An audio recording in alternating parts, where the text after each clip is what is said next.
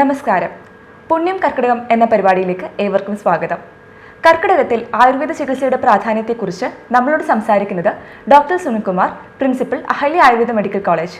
Sir, നമസ്കാരം. നമസ്കാരം. എന്തുകൊണ്ടാണ് സർ കർക്കിടക മാസം ആരോഗ്യ സംരക്ഷണത്തിന് പ്രധാനപ്പെട്ടതായി കണക്കാക്കപ്പെടുന്നത്? കർക്കിടക മാസം സാധാരണ മലയാള മാസത്തിലെ അവസാന മാസമാണ്. ഈ മാസം സാധാരണ വർഷ ഋതുവാണ് സാധാരണ. മഴക്കാലം. അപ്പോൾ കനത്ത മഴ, തണുപ്പ്, ഈർപ്പം അതുകൊണ്ടുണ്ടാകുന്ന രോഗങ്ങളുടെ ഉള്ളൊരു കാലമാണ് കർക്കിടക മാസം. ഇതോടൊപ്പം തന്നെ ദഹനബലം വളരെ കുറയുകയും, അതായത് അഗ്നിബലം വളരെ കുറയുകയും, അതോടൊപ്പം തന്നെ വാദം നന്നായി പ്രകോപിക്കുകയും ചെയ്യുന്ന ഒരു മാസം കൂടിയാണ് കർക്കിടക മാസം. അപ്പോൾ അതുകൊണ്ട് തന്നെ ഈ കർക്കിടക മാസത്തിൽ നമ്മൾ ഏറ്റവും കൂടുതൽ ശ്രദ്ധിക്കേണ്ടത് നമ്മുടെ ദഹനബലം അത് മെയിൻറ്റെയിൻ ചെയ്യുക എന്നുള്ളതാണ്. അപ്പോൾ അത് രണ്ടുമാണ് ഇതിൽ പ്രധാനപ്പെട്ടായി വരുന്നത്. പിന്നെ മൂന്നാമത് വരുന്നതെന്ന് വെച്ചാൽ ഇതിൽ മെയിനായിട്ടും ശരീരം നമ്മുടെ ദുർബലപ്പെടും. അപ്പോൾ അതായത് ഒരു വർഷം മൊത്തം നമ്മൾ അധ്വാനിച്ച് ശരീരവും മനസ്സും എല്ലാം ക്ഷീണിച്ച് ഈ കർക്കിടക മാസത്തിൽ നമ്മുടെ കംപ്ലീറ്റ് ദുർബലപ്പെടുന്നതുകൊണ്ട് തന്നെ കർക്കിടക മാസത്തിൽ നമുക്ക് ചികിത്സ വളരെ അത്യാവശ്യമാണ്. പിന്നെ ഇതുപോലെ തന്നെ നമ്മുടെ മഴക്കാലം കൊണ്ടുണ്ടാകുന്ന ഈർപ്പം കൊണ്ടുണ്ടാകുന്ന ഒരുപാട് അണുബാധകൾ, ഫംഗസ്, ബാക്ടീരിയ, വൈറസ് മുതലായ ഒട്ടനവധി രോഗങ്ങൾ നമുക്ക് എല്ലാവർക്കും അറിയാം. ഈ പറഞ്ഞ എലിപ്പനി, ഡെങ്കിപ്പനി മുതലായ അങ്ങനെ പല രോഗങ്ങളും പിടിക്കുന്നതിനും കൂടി ഈ കർക്കിടക മാസത്തിലാണ്. അതുകൊണ്ട് തന്നെ നമ്മുടെ കർക്കിടക മാസത്തിൽ നമ്മളെപ്പോഴും ഏറ്റവും കൂടുതൽ ശ്രദ്ധ ചെലുത്തേണ്ട ഒരു മാസം കൂടിയാണ്. അതുകൊണ്ട് തന്നെ കർക്കിടക മാസത്തിൽ നമുക്ക് ആരോഗ്യത്തിന് അതിൻ്റേതായ പ്രാധാന്യവും അതിൻ്റേതായ ചിട്ടവട്ടവും ഉണ്ട്. കർക്കിടക ചികിത്സ അഥവാ കർക്കിടക ചിട്ട എന്നതിനെക്കുറിച്ച് ഒന്ന് വിശദീകരിക്കാമോ? കർക്കിടക ചികിത്സയിൽ നാം പ്രധാനമായും ശ്രദ്ധിക്കേണ്ടത് ഒരു മാസം നീണ്ടു നിൽക്കുന്ന ഒരു അനുഷ്ഠാനമായ ചികിത്സയാണ് വേണ്ടത് നമുക്ക്. അതിൽ തന്നെ നമുക്ക് പറയുമ്പോൾ ആദ്യം നമ്മൾ പേഷ്യൻറ്റിനെ ഇപ്പോൾ നമ്മൾ ഉപദേശിക്കുന്നതായിട്ടുള്ള കറക്റ്റായ ജീവിതശൈലി, അത് ചിട്ടവട്ടമായ ജീവിതശൈലിയാണ് ആദ്യം നമ്മൾ പറയേണ്ടത് കർക്കിടക ചികിത്സയിൽ. അതായത് മതിയായ ഉറക്കം വളരെ അത്യാവശ്യമാണ്.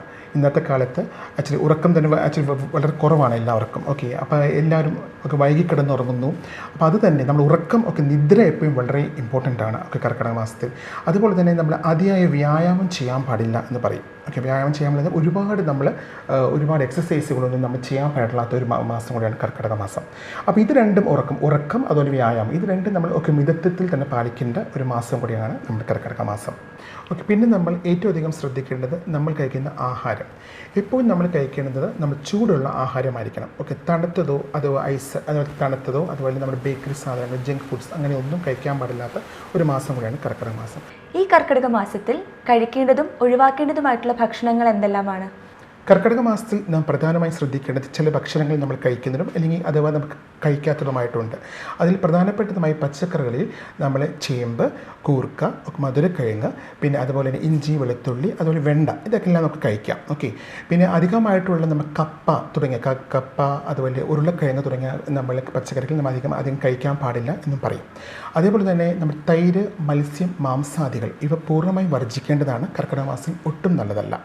അതേപോലെ തന്നെ നമ്മൾ ചെറുപയർ കഞ്ഞി, അതുപോലെ ദശമൂലക്കഞ്ഞി, ആര്യവേപ്പിലക്കഞ്ഞി, ഇത് നമുക്ക് ഏറ്റവും കഴിക്കാൻ ഉത്തമമാണ്. എപ്പോഴും നമ്മൾ കർക്കിടക മാസം ശ്രദ്ധിക്കേണ്ടത് ദഹിക്കാൻ ലഘുവായിട്ടുള്ളതും മിതത്വം, അതായത് അഗ്നി ഒരിക്കലും തന്നെ, അതായത് അഗ്നി വളരെ കുറവായതുകൊണ്ട് തന്നെ നമ്മൾ അതനുസരിച്ച് വേണം നമ്മൾ ഭക്ഷണം കഴിക്കാനും. ഇനി ജീവിതശൈലിയെക്കുറിച്ച് പറയുകയാണെങ്കിൽ പകലുറക്കം ഒട്ടും നല്ലതല്ല. അതുപോലെ രാത്രി വൈകി കിടക്കുന്നതിനും പൂർണ്ണമായും വർജിക്കേണ്ടതാണ്. അപ്പോൾ മിതമായ ഉറക്കം ഏറ്റവും അത്യാവശ്യമായ സമയം കൂടിയാണ് ജീവിതശൈലിയിൽ. അതുപോലെ അധിക വ്യായാമം ഒട്ടും അരുത്. ഈ പറഞ്ഞ കർക്കിടക ചികിത്സ എല്ലാവർക്കും ഒരുപോലെ അനുയോജ്യമാണോ? കർക്കിടക ചികിത്സ എല്ലാവർക്കും ഒരുപോലെ അനുയോജ്യമല്ല. ബിക്കോസ് ചില ആൾക്കാർക്ക്, അതായത് നമ്മുടെ വാദ സംബന്ധമായ രോഗങ്ങൾ, വാദ സംബന്ധമായ രോഗങ്ങൾക്ക് ഏറ്റവും ഉത്തമമാണ്. നാഡിവേദന, സന്ധിവേദന, മുട്ടുവേദന, അങ്ങനെ വാദ സംബന്ധമായിട്ടുള്ള എല്ലാ രോഗങ്ങൾക്കും കർക്കിടക ചികിത്സ അല്ലെങ്കിൽ കർക്കിടക സംബന്ധമായ ചികിത്സകൾ വളരെ വളരെ അനിവാര്യമാണ്. പക്ഷേ അതുപോലെ തന്നെ ഗർഭിണികൾ, മുലയൂട്ടുന്ന അമ്മമാർ, അല്ലെങ്കിൽ അധികമായ വൃക്ക രോഗമുള്ളവർ, പ്രമേഹ രോഗമുള്ളവർ, അധികമായ BP ഉള്ളവർ, ഇങ്ങനത്തെയുള്ള ആൾക്കാർക്കെല്ലാം തന്നെ നമ്മൾ കർക്കിടക ചികിത്സ എപ്പോഴും നമ്മൾ ചെയ്യുമ്പോൾ കൂടുതലധികം ശ്രദ്ധിക്കേണ്ടതാണ്. ഈ കർക്കിടക ചികിത്സയ്ക്ക് ശാസ്ത്രീയ അടിസ്ഥാനമുണ്ടോ? തീർച്ചയായും ഇതിന് ശാസ്ത്രീയ അടിസ്ഥാനമുണ്ട്. ബിക്കോസ് നമ്മുടെ ആയുർവേദത്തിൽ പറഞ്ഞിരിക്കുന്ന പോലെ ദഹനത്തിൻ്റെ ബലം കുറയുകയും അതിന് വർഷത്തിൽ വാദം പ്രകോപിപ്പിക്കുകയും ചെയ്യുന്ന സമയത്തെല്ലാം നമ്മൾ ചെയ്യുന്ന എല്ലാ ട്രീറ്റ്മെൻറ്റ്സ്, എല്ലാ ചികിത്സാ രീതികളും വളരെയധികം ഗുണത്തോടു കൂടിയാണ് പേഷ്യൻറ്റിന് കിട്ടുന്നത്, രോഗിക്ക് കിട്ടുന്നത്. അതുകൊണ്ട് തന്നെ ശാസ്ത്രീയ അടിസ്ഥാനം എന്തായാലും ഉണ്ട്. പിന്നെ അതിനോടൊപ്പം തന്നെ നമ്മൾ ചെയ്യുന്ന എല്ലാ ട്രീറ്റ്മെൻറ്റ്സും, അതായത് ഉഴിച്ചിൽ, പിഴിച്ചിൽ, ധാര, നസ്യം എല്ലാം, അതേപോലെ തന്നെ ഉഴിച്ചിൽ ചെയ്യുമ്പോഴാകട്ടെ അത് നമ്മൾ കംപ്ലീറ്റ് പേശികളുടെ വേദന മാറ്റുന്നു. ഓക്കെ, പേച്ചിലും അതുപോലെ തന്നെ ധാരയാകുമ്പോൾ എപ്പോഴും ശിരോധാര എപ്പോഴും മനസ്സിന് കുളിർമയേകുന്നു. അപ്പോൾ അങ്ങനെ നോക്കിക്കഴിയുമ്പോൾ എല്ലാ രീതിയിലും ശാസ്ത്രീയമായ അടിസ്ഥാനമില്ലാതെ ആയുർവേദ ചികിത്സ ചെയ്യാൻ പറ്റത്തില്ല. ഇത് വളരെയധികം ശാസ്ത്രീയ അടിസ്ഥാനമുണ്ട്. അതുപോലെ തന്നെ നമ്മൾ കഴിക്കുന്ന ഭക്ഷണങ്ങൾ, നമ്മൾ ചൂസ് ചെയ്യുന്ന ഭക്ഷണങ്ങളിലും അതിൻ്റേതായ ഇമ്പോർട്ടൻസ് ഉണ്ട്.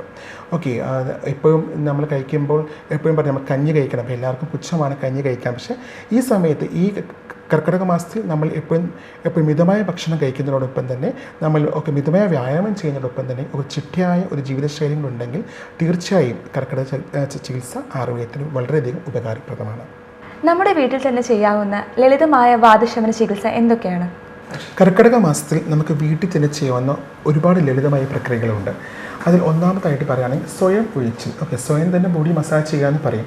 സാധാരണ രീതിയിൽ എല്ലാവരും ദണ്ഡുതരം തൈലും കൊട്ടൻ ചൊക്കായ തൈലും കറുപ്പൂട് തൈലും എല്ലാം തന്നെ കടയിൽ നിന്ന് മേടിച്ച് നമ്മൾ സ്വയം ഒഴിച്ചിൽ തന്നെ നടത്താറാണ് പതിവ്. അല്ലെങ്കിൽ തന്നെ നമുക്ക് വീട്ടിൽ തന്നെ ചെയ്യാവുന്ന കുറച്ച് കാര്യങ്ങൾ ഞാൻ പറഞ്ഞുതരാം.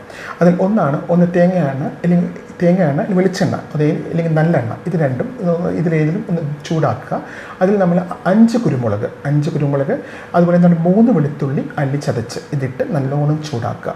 അതിനുശേഷം അത് അരിച്ചെടുത്തിട്ട് നമുക്ക് ആ എണ്ണ നമുക്ക് എല്ലാ സന്ധികളിലും എല്ലാം പുരട്ടുന്നത് പോലും നമുക്ക് കംപ്ലീറ്റ് ആയിട്ട് വെച്ചാൽ അത്യാവശ്യം രീതിയിൽ തന്നെ നമുക്ക് ഒരു തികഞ്ഞ ഉന്മേഷവും അതുപോലെ തന്നെ ഒരു രോഗശാന്തിയും കിട്ടുന്നതാണ്. രണ്ടാമതായി ഞാൻ പറയാൻ പോകുന്നത്, അതായത് നമ്മുടെ കല്ലുപ്പുണ്ടല്ലോ, ആ കല്ലുപ്പ് നമ്മുടെ വീട്ടിലെ കല്ലുപ്പ് തന്നെ അത് ചീനച്ചട്ടിയിൽ വെറുതെ ചൂടാക്കിയിട്ട് അത് ഇതുപോലെ തന്നെ ഒരു തുണിയിൽ കെട്ടി നമുക്ക് എവിടെയെല്ലാം വേദനയുണ്ടോ എവിടെയെല്ലാം നീരുണ്ടോ അത് നമുക്ക് ചെയ്യാം. അതുപോലെ നമുക്ക് മണൽ ക്രീം ചെയ്യാവുന്നതാണ്.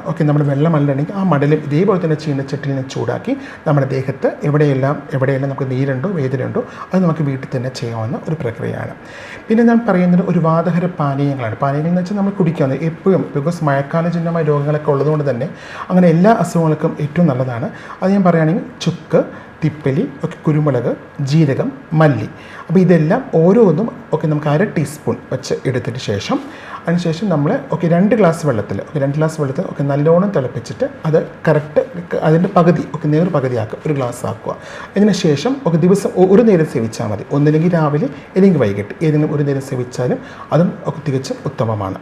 അതുപോലെ തന്നെ നമുക്ക് രാത്രിയിൽ, അതായത് നമുക്ക് കിടക്കുന്നതിന് മുമ്പ് തന്നെ രാത്രിയിൽ പാലിൽ 3 അല്ലി ചതച്ച വെളുത്തുള്ളി, അത് 3 അല്ലി ചതച്ച വെളുത്തുള്ളി ഇതേപോലെ ചൂടാക്കി കഴിക്കുക. അത് ഒരു ഗ്ലാസ് പാല് മതി.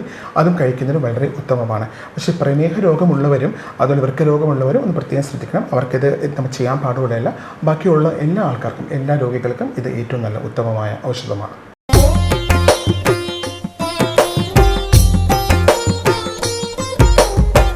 കർക്കിടക ചികിത്സ ചെയ്തുകൊണ്ട് ഏറ്റവും നമുക്ക് കിട്ടുന്ന ഗുണം എന്ന് വെച്ചാൽ ഒന്ന് നമുക്ക് രോഗപ്രതിരോധ ശേഷി വർദ്ധിപ്പിക്കാനും, രണ്ടാമതായി നമുക്ക് ഉള്ള രോഗങ്ങൾ, അതായത് ഏത് രോഗവുമാവട്ടെ അത് അധികം കൂട്ടാതിരിക്കാൻ വേണ്ടിയിട്ടും, അതുപോലെ മറ്റ് ഉള്ള രോഗങ്ങൾ ഒന്നും തന്നെ വരാതിരിക്കാനും വേണ്ടിയാണ് സാധാരണ രീതിയിൽ നമ്മൾ കർക്കിടക ചികിത്സ നമ്മൾ ചെയ്യുന്നത്.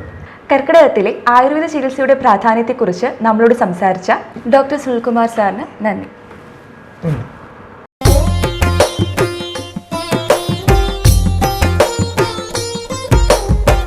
പുണ്യം കർക്കിടകം നിങ്ങൾക്കായി സമർപ്പിച്ചത് Ahalya wellness, the future of Ayurveda, Palakkad. RGL, പാലക്കാട്ടെ ഏറ്റവും വലിയ ഗോൾഡ് ലോൺ കമ്പനി.